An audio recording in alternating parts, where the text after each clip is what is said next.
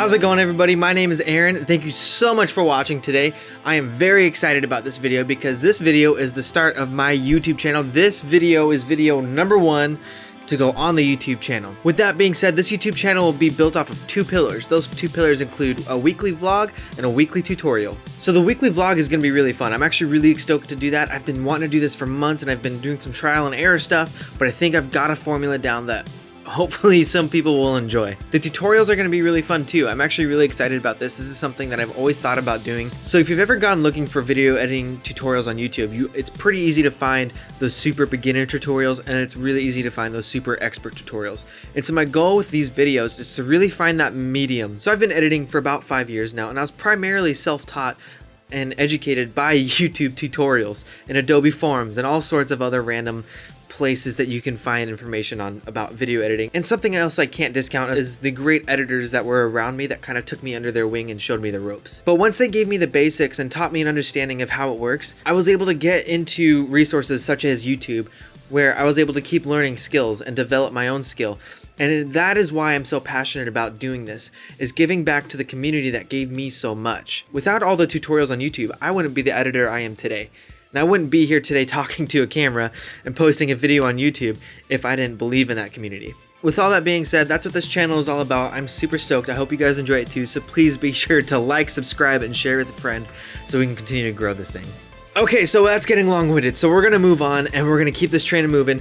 We're going to get straight into the video today and we are going to be doing a tutorial. And this tutorial is on how to save an effect as a preset. The idea of saving an effect as a preset is simply so you can create the effect once and use it again in later projects. The best thing about it is that you can even share it with friends. You can export your presets as a pack and your friends can import it into Premiere as well and they can use the same exact thing. Okay, so a couple small details before we get into the tutorial. First, I want to start with my workspace. My workspace is slightly different than the standard workspace that Adobe offers. Adobe has made our workspaces completely customizable because each person is different in the way they work. So I would absolutely encourage every video editor to go through and make sure their workspace is conducive for their workflow. What I'm working on today is my laptop workspace. Generally, when I'm on my computer like this, I use both monitors, but for the sake of the tutorial, I'm just going to use this one so it's easy to track. So I'm working off a standard 16:9 timeline.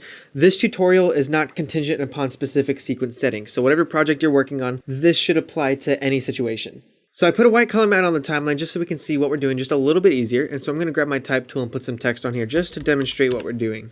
And we're going to go to our essential graphics panel here and we're going to just center that guy up. And we'll choose a different font. We'll just grab something a little different.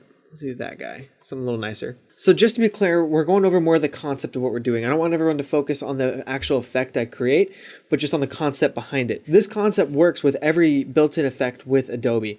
I haven't used it on every single effect, but I also haven't come across a single effect that this doesn't work on. Okay, so we're going to apply the transform effect to our text here, and we're going to go to our effect controls here, and so there's our text. That's our text line right there. And here's the transform tool. So this is what we just applied. And we're just going to add some simple keyframes here that we can save for later if we want to do the same type of effect later on. So I'm just going to do a simple animate in, nothing fancy. And we'll do an animate out as well. If you guys are unfamiliar with keyframes, I am definitely going to be just doing a simple keyframe tutorial later on. I'm just going to add some little velocity curves to this just to make it interesting. Okay, and then we'll add some little motion blur effect to that as well. And why not add like a scale up as well?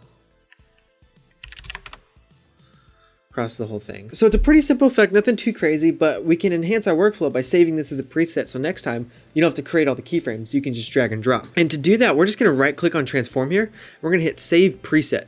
We're going to name it on, I'm just going to say tutorial preset. Then you have 3 options here as well. So you're dealing with keyframes, so things can get pretty messy pretty quick. We have scale, anchor to endpoint, and anchor to outpoint. Scale is finicky in the sense that it doesn't matter how long your clip is, whether it's really short or really long, it'll make sure all the keyframes you've created previously will fit within that duration. That can be nice depending on what situation you're in. I prefer not to do that. I prefer to use anchor to endpoint. That way all the keyframes start from the endpoint of that clip itself. The only variable is that depending on how long that clip is, you just have to adjust the keyframes, which generally is pretty easy and still quicker than recreating the move entirely. And vice versa, you can also anchor to outpoint depending on what you're doing. So then you just hit OK. You can add a description there if you want. To apply this effect, all we do is we go to our effects bin just like before, and we have all of our bins here. We're going to go to presets. Hit the down arrow on that, and these are the ones I've created previously. But this is the one we just made, tutorial preset. So I'll drag and drop this one onto our text. If we go back to our effect controls, we can see that the effect is now there again. Transform tutorial preset. So like I said before, I want you to remember the concept that we just learned. The concept is that we can save an effect that we've already spent time making and save it as a preset so we can use it later. And the beautiful thing about this is that you can even share this with friends. So if we're in our effects bin here and you hit right click on your new preset, you can actually hit export presets. You can choose a destination to where that goes, so we'll hit save and it's now on my desktop. And even vice versa, say someone gave you some presets, you can easily import those into Premiere and use them. It's the same idea, all you have to do is right click on presets and hit import presets. We click on the preset there, import it, and there it is. So there it is, that's how you create an effect and save it as a preset for later on, maybe even share it with your friends. Well, that's all I got for you guys. I hope you guys enjoyed today's video. Look forward to more content because more content is coming. Hit that like button, hit that subscribe, or maybe even share with a friend. We'll see you guys next time.